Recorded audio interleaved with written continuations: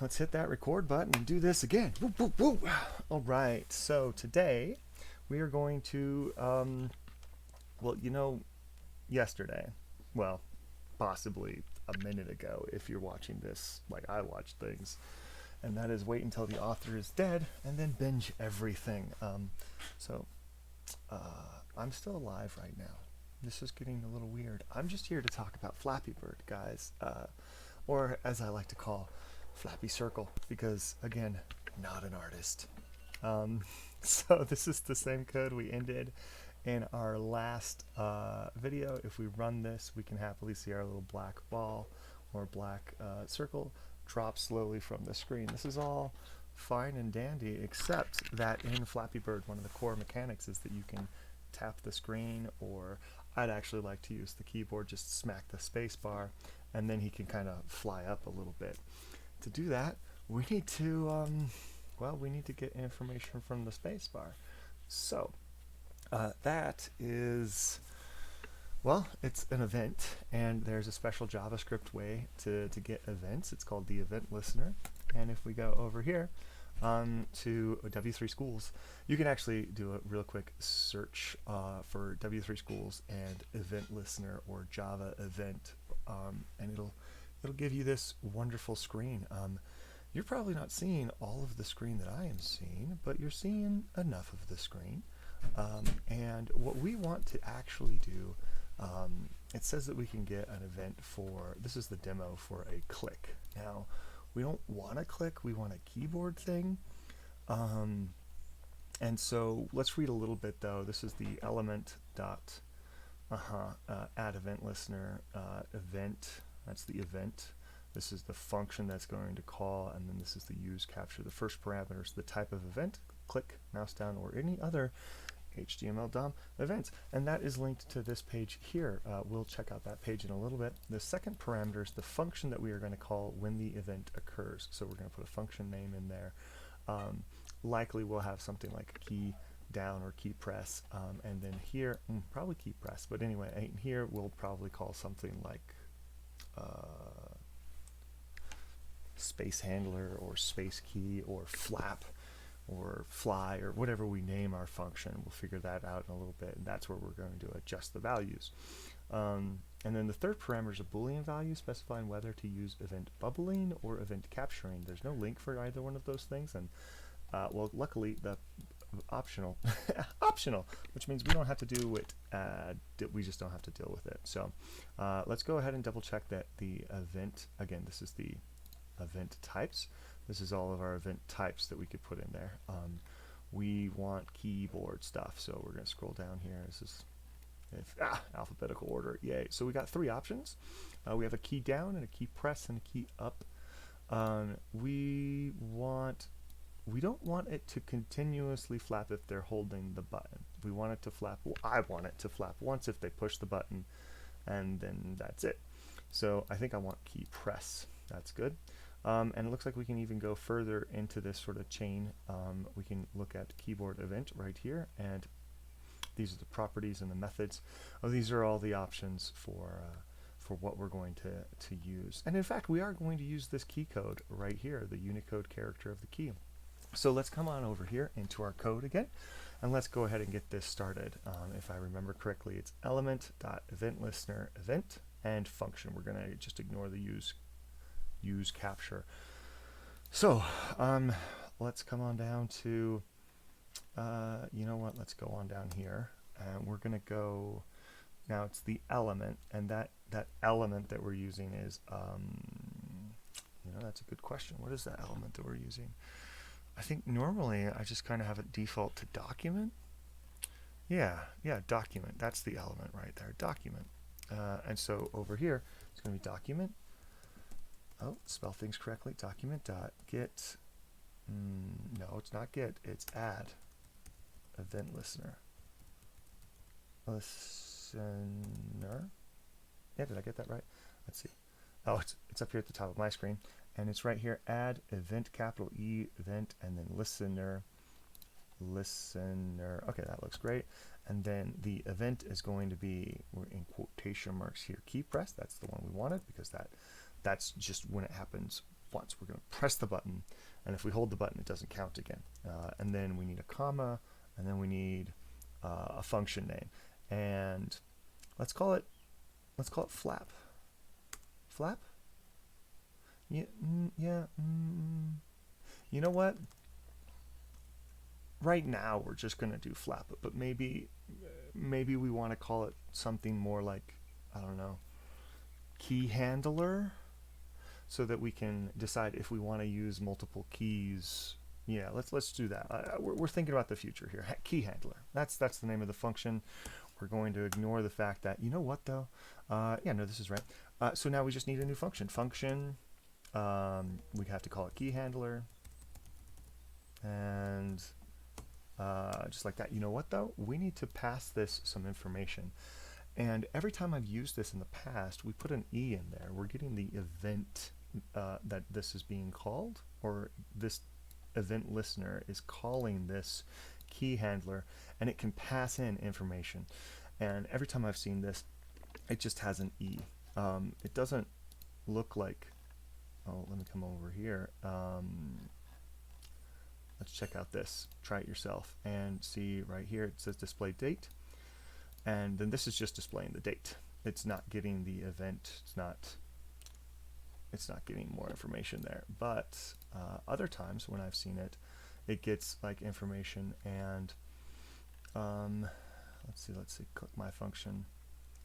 I know I've seen this before. It's got that E in there. Use capture. Remove event listener. Yeah, no, I don't know where I've seen it before, but I always see it. Anyway, I'm going to throw the E in there. That's the name of our little event now, and we can do things like an if statement. And if E dot, and over here we can have the key code. So E dot key code. Is that right? Yeah. And we're going to use two equal signs there. We're using two equal signs because we're checking to see if the values are the same. When we use one equal sign, we're assigning the value on the right to the variable on the left. But when we use two equal signs, we're checking to see if the value on the left and the value on the right are the same value. And so I just happen to know the magic number that means spacebar, which is 32.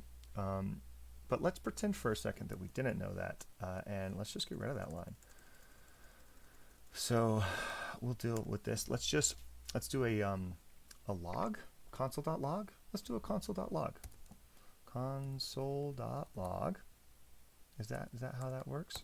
And then let's just print out E. And now let's run this. Okay, that's dropping like it should. Let's do an inspect really quick. Here's my console. Nothing's happening. Let me click in here and smack the keyboard button. Oh, check that out. The let's hit another button. This is great news. Okay, so when we hit the keys on the key button, it is trusted. It's printing all of the information that E is, and it's printing a lot of information. One of those bits of information is the key code. Boom.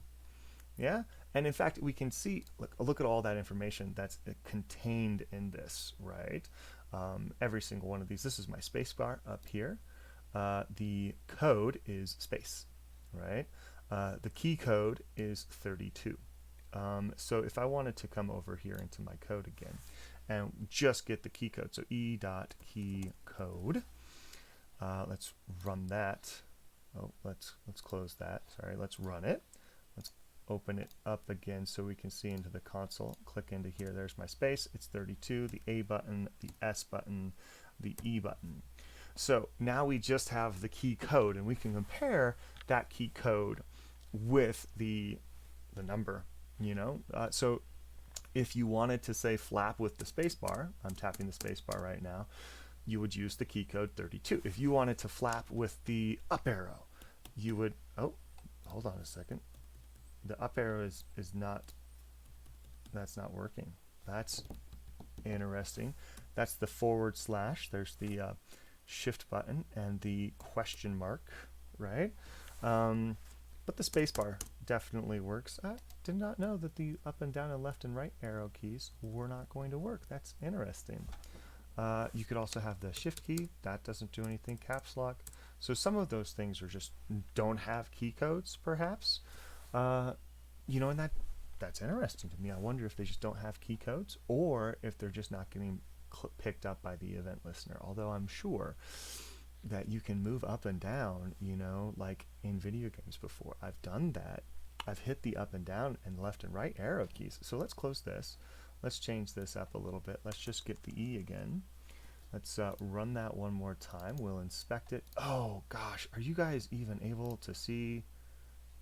Yeah, you're able to see enough of it. Okay, that's good to know. Here's my console again. Can you see into the console? Yeah, perfect. So here I'm going to hit the up arrow, down, left, right, space. Yeah, interesting. Very interesting. So right now, I'm not going to use the up and down arrow keys or the left and right arrow keys. I'm going to use the key code. I'm going to set it to 32. That'll allow me to flappy flap with the spacebar. Okay? So we're going to close that. We're going to come back into here. We don't need that console.log, but I'm going to leave it there just so that it shows up in the code for today's video. I'll be sharing this code at the end of the video. It'll be on JS Fiddle. There'll be a link in the description. So now I can do a cool if statement. And if my e.key code, again, double equals 32. Now you saw how I found that magic number there. Here's my, what is happening here? That's not where I want my curly bracket. Sorry. I want that parenthesis there, curly bracket here. There we go. And now, if I hit the 32, what I would like to have happen is for the bird to go up a little bit. Should be pretty straightforward. I can just add, like, magically, do I have a bird Y? I do, I've got a bird Y. So I can go right here, tab in, bird Y, and then I can just plus equals, let's say 10. Yeah? That'll be kind of glitchy. It'll be falling, and then suddenly it'll be up here, and then it'll be falling, and suddenly it'll be up here. Right. Let's run it and see. Here's my bird. It's falling. I'm going to hit the space bar, and nothing seemed to happen. Huh? That's just disappointing. Why didn't anything happen here? Bird Y, bird Y. Did I have an error or something? Inspect this. Console. Bird Y. You know what? Just for the fun of it, let's go ahead and print out console.log, because I was expecting it to kind of jump up, right? And it didn't. So now I have to figure out why. Console.log. We're going to print out the bird Y value, and then let's run this, and then let's hit the space bar. Well, that's weird, isn't it? I wonder, hold on one second. You guys are probably figuring this out before I have, haven't you? I've just got my notes to my left of me, and it went away. And you know what? Hopefully you guys have figured this out. It seems like I've got a lowercase c right there. I need an uppercase C. Now let's run it. And let's hit the space bar. Oh, bird Y. And again, that's because I can't spell. It's a bird, not a brid. There's a bird. So that's fine. Let's run it this time. Let's space. Oh, guys, hold on. I'm hitting the space, and it's going down faster. I need the minus equals 10. Gosh, because minus is up, right?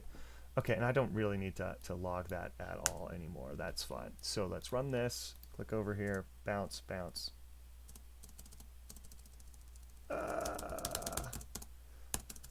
Okay, it's not the worst. It's not actually going up at all, but it's not that bad. I feel like that's pretty decent. That's really tough, actually. All right, that's... Woo! And if I hold it there long enough, the auto, like, repeat key press actually does kick in, so it kind of flies up a little bit. But, I mean, we've got to start to a game here. It's not any fun. Flappy Bird does more like this you know, kind of like it goes up and then it comes right back down, and it goes down faster and faster as well. Maybe that's a gravity thing. Maybe I could mess with maybe I could just mess with the gravity for a second. I've got a gravity of 1 right here, right?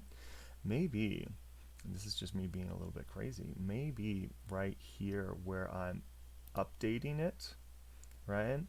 Maybe I can get my gravity to go quicker, right? Maybe I could do something like gravity. That's gravity. It's gravity with a G. Gravity. Tell you, man, the hardest part about programming clearly is spelling. I mean, if you can just sit down in front of a computer and type all day, you'll probably be fine. But you gotta check that spelling every single time. Anyway, gravity. Let's go ahead and make it. If it gets smaller, the gravity gets smaller. Like if we had a negative gravity, it would go up, right? If we have a positive gravity, it comes down. So if we have a gravity just get a little bit bigger, let's go, but this is gonna go quick, right? Like this happens a lot, like really quick. So let's do gravity plus equals 0.01, okay? And let's just run that, see what happens. So as we can see, it's starting and it's getting and it's going faster, right? That's actually pretty cool. It starts out slow and it gets really fast at the end. That's not bad. That's not bad at all. I feel like maybe I could make it a little bit more drastic. Let's do plus 0.1. Let's run that, and it's, oh yeah, even faster, right? Let's run that again. Okay. Now though, check this out. I can change my gravity here. Instead of having my bird just go up, I can change my gravity. And so let's do that. Let's change my gravity, and let's make it smaller by 5 minus equals 5. So let's run that. Now if I hit the space bar, oh no, run it. I gotta click into the game, hit the space bar. Yeah, and now it's going up. It's slowly stopping. Woo, it came up. That's a much more bouncy feel to it, right? I could play with these numbers a little bit more. You know, I could do some more odd with this, right? I feel like for the purposes of the demonstration right now, though, I'm happy with this. This feels very sort of bouncy to me. Feels like it's getting faster as it goes farther down. It's very smooth. It's not just kind of jumping up. It's kind of going up, right? That's good. Okay, I'm happy with that. So now we've got a bird, and it's bouncing. The next part of Flappy Bird is the pipes, right? Gee whiz, that went a lot quicker than I expected. We're only 20 minutes in. Well, let's not even 20 minutes. We're only 18 minutes in. Let's get a pipe to show up. Yeah. How do we do a pipe? Well, let's talk about this for a second. A pipe is going to have, so eventually, right, we want the pipes to be kind of randomly placed with their gap. We want a random gap in the pipe. But we're always going to have a bottom pipe and a top pipe, right? And they're always going to move together. And so really when we think about pipe, we can think about like the top and the bottom kind of as a unit, but there's a gap in the middle, right? And so maybe if we come over here into the function, we might need some, we're going to have more than one pipe. Yeah, I think we normally have maybe 2 or 3 pipes on a screen. Let's see. I mean, if our screen was as wide as it is, which is this wide, I feel like, you know, let's just get one pipe on there at a time. Okay, let's just do one, and then if we need to make more than one pipe show up, we can make it show up later. So we don't have any pipe variables at all. We are definitely going to need to draw a background for the pipe. You know what? Let's start getting some pipe variables. Okay, let's talk about what kind of variables we're going to need. We're going to need because we like to do this, right? Var pipe width. You know, let's set that to, I don't know, the bird's radius is 10, so the bird itself is 20, right? Oh, you know what would be hilarious? Let's just make it like twice as wide as the bird is, right? And to do twice as wide, the bird is already like 2 times its radius, so we can just do 4 times bird radius, and then we can adjust the size of the bird later, and the pipe will change its size as well. So the pipe width is going to be that. Did I get bird radius spelled properly? No, I put brid again. Man, bird and brid. It's tough. It's tough. It's every time it's tough. Let's put a space in there so we can see what we did. Bird radius. That is correct. Bird radius. Okay, I'm happy with that. And the other variables that I'm using down here are also white, so that's fine too. We're gonna need a the top pipe, right, is going to need a length, and the bottom pipe is going to need a length. Well, no, but the top pipe is going to start at the top every time, but it's definitely going to need a height, right? Because we got the width. So let's go var, let's go pipe top height, top height, and let's go ahead and set that to, well, right now, just for our purposes here, let's go ahead and set it to 100. Sure. And then we're gonna have a var. We're gonna have a pipe gap, right? Pipe gap, and that's going to be the space between the bottom of the top pipe and the top of the bottom pipe. Whew, that's confusing, but I don't know how to draw on the screen, so maybe I'll fix it in post. I mean, I don't know how to draw on the screen when I'm editing things either, but if I do, I'll put it around here somewhere. Yeah, sure. Thank you, future me, for that wonderful graphic. Now I just hope that there's a wonderful graphic here to show you guys. Otherwise, what am I even doing? So pipe gap, let's go ahead and say that the pipe, or the radius of the bird is going to be dependent on the gap as well. We never want the gap to be smaller than the bird radius. In fact, bird radius, again, just half the width of the bird total. We want to have a good, like, here and here for the bird to go through, so like maybe 3 times the total bird width. So that's, if it's 3 times the bird width, that would be 6 times the bird radius. So 6 times bird, spell bird right every single time, B-I-R-D. That is how you spell bird. Radius. Okay, and that is the pipe gap. And then the pipe, for the lower pipe, we'll be able to use, we will use the same pipe width, and we'll be able to use the point of the pipe gap for the, you know, the lower point for the top left corner there. So we actually won't need, we do need to know a pipe X position though.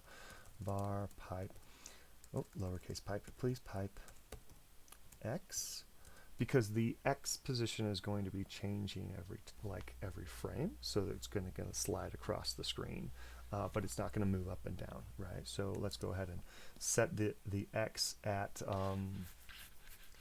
I don't know, just for the fun of it right now, let's just set it at 200. Okay, there we go.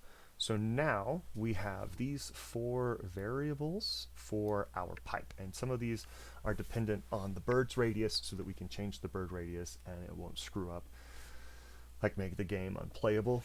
The top, this number is probably going to honestly be randomized in the future. Let's make a randomize this in the future, but that's okay. We're going to use that as well. And then that is just like default starting position. That'll change as well. This will change in that. Yeah, this will change. And so now we need, just like we have a function for draw bird, right? Here's our draw bird. Interesting, we've made a variable out of that, and it's a function. Down here, we just made a function key handler. Huh. I mean, I guess it works. Let's keep doing it that way. I guess. Let's just keep, yeah, sure, why not? Let's go var. We'll set it up here at the top because I want to be able to see those. So after step or before step, we're gonna, you know what? No, right here. Okay, so var. We're gonna call this drop pipe. Yeah, we might have to change this in a bit. We've set up some global variables over here, so we don't have to send anything into the pipe right now. We want to, what do we want to do? We want to get CTX begin path, right? And then we want to do this fill style. We're not going to use the arc, but we are going to use the fill. So instead of an arc, we want a rectangle. Do I have a rectangle? I do have a rectangle. Oh, so these basically, this is the 4 lines that I want. So let's see if I can put all of that on the screen. So it's context begin path, and then context fill style, context rect, and context fill. Okay, so let's get that CTX context dot begin path. That just says that we're going to start drawing something. Then we're going to CTX dot fill style, and here we can choose a color for our pipe. What looks good with a big blue background and a black bird, a probably purple. Yeah, purple, that'll be great. And then we can also scroll down. It's a CTX rect, CTX dot rect for rectangle, and it looks like here we have 0, 0, which is the X and Y position, and then here we have the width and the height. Interesting. Oh, because we just put in the width and the height is the same here. Well, I don't know why we didn't do canvas.width and canvas.height so that we can change the canvas width and height. But whatever, I guess. Yeah, I wouldn't, if I were gonna do this again, I would change that so that we can, you know, use canvas.width and canvas.height. In fact, let's do that. Like, we'll fix this now because we just thought about canvas.width. And should be like that. Yeah. And then canvas.height. Those might need parentheses. We'll see. Let's run it. Yeah, perfect. Let's try it with the parentheses. Width, canvas.height. Also, possibly, I didn't use the word canvas. Yeah, it's CVS. So that could be, let's get rid of those parentheses. Let's try CVS.width and CVS.height without the parenthesis. Let's try that, run it. And let's put the parentheses back in. You know, it would help, I guess, if I just looked it up or if I knew this stuff and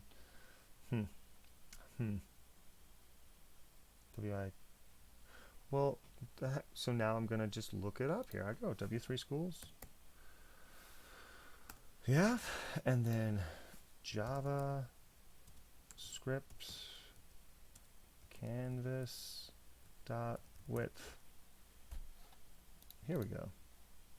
And there's my ID canvas width, and here's the syntax. More example. Okay, so if we have our right here, it's just like that. So let's try it myself here. And this is, can you guys see this? Not really, but that's okay. I'm just playing around right here. So this is my c.height equals 300. Let's make it equal to 100 and run it. Clear canvas. Boom. Yep, beautiful. Let's make it to 400. Run it. Clear the canvas. Boom. Okay, so c.height. So this is going to be right into it. Oh, no. Got to go back to the other tab. So this is definitely our canvas is right here. So it's CVS dot width. and this is cvs.height. That is correct. Let's run that. It's still sort of busted. Let's inspect it. We're going to have a beautiful error message. It's got an unexpected token. Oh. Guys, maybe I just I have an unexpected token somewhere else, and that's why it's busted. So let me come up to where I was at in my draw pipe section, and yeah, let's close that off. Yeah, we need to put information in there.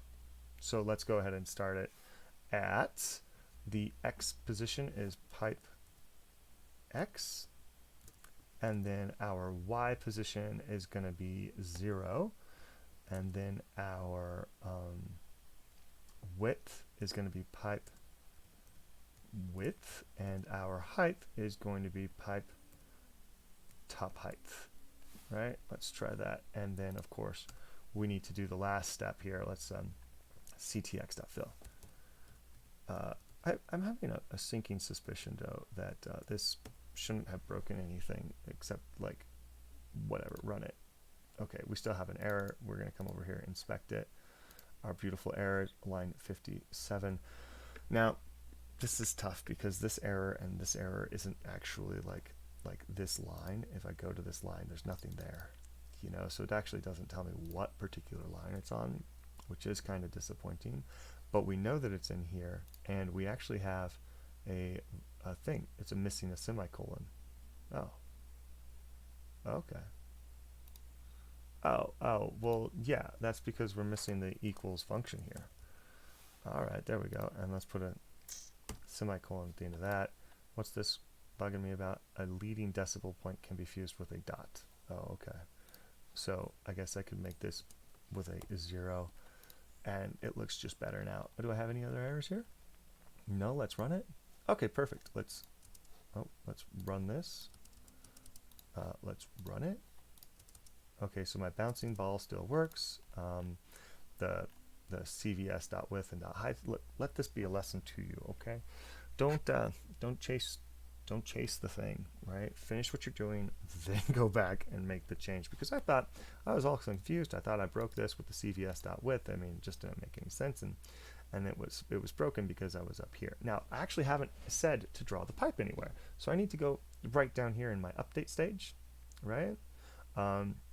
Right here is where I'm drawing the things, and I want the pipe to show up before I move the bird. So I'm going to do draw pipe, just like that, because that's what I named the draw pipe function, right? So let's run this. There's my beautiful pipe there. It's only a portion of the beautiful pipe though, so I want more. So that's my top pipe. So let's yeah, so let's go ahead and add a couple of like comments here. Let's do this top pipe, and then this is going to be bottom pipe. Okay, and we're going to basically have the same things. We're going to do the ctx begin path. Okay, and then we're going to do the fill style, ctx.fill style. You know what? We actually kind of don't need to do the fill style, but it's good practice because it's good practice. And that'll be still purple. I like that purple color. It's purple. We need the semicolon at the end of that line. Now here we're having the ctx.rect, and this is where it gets to be a little bit of fun. So the top x spot is still going to be pipe x. So that's the farthest left, right? Pipe x is still pipe x. But the other spot, the y value is actually going to be pipe th plus pipe gap, and that's going to be over here. This is th, or pipe th, the top height. The gap's going to be down to here somewhere, and that's where we want our y value. So that's where we're going to put it. So our pipe w is still our width, and then the height here, the rest of the length, is going to be the canvas height. I mean, it'll extend past the screen, but doesn't matter to me. So I'm just going to go cvs.height. Yeah, I mean, I could subtract this value from that and have it end exactly at the screen, but it won't matter because it'll go off the canvas and it'll be fine. So then we can just ctx.fill, and let's run it again. And here we go. See, yeah, it's going off the end of the canvas, but doesn't matter because the canvas stops, so it stops, right? That is a beautiful looking pipe. I'm very happy with that pipe. Now, I mean, eventually, right, the next time we come in and do this, we are going to want to get that pipe moving to the left and figure out how to like automate a randomly spaced new pipe. Actually, that gap is kind of small, but I mean, it's 3 times the width of the you know, birdie. I can make it a little bit bigger if I really, really wanted to by coming up here and changing that to, let's say, 8 times, which is going to be a little bit wider of a gap. Okay. Cool. Well, I think that'll do for now. Thank you very much for watching. I gotta go and edit a beautiful image of a gap. I don't even know why I said that. It's right here. Look, right there. Right? That's what the gap is. That's what I was talking about. Bye.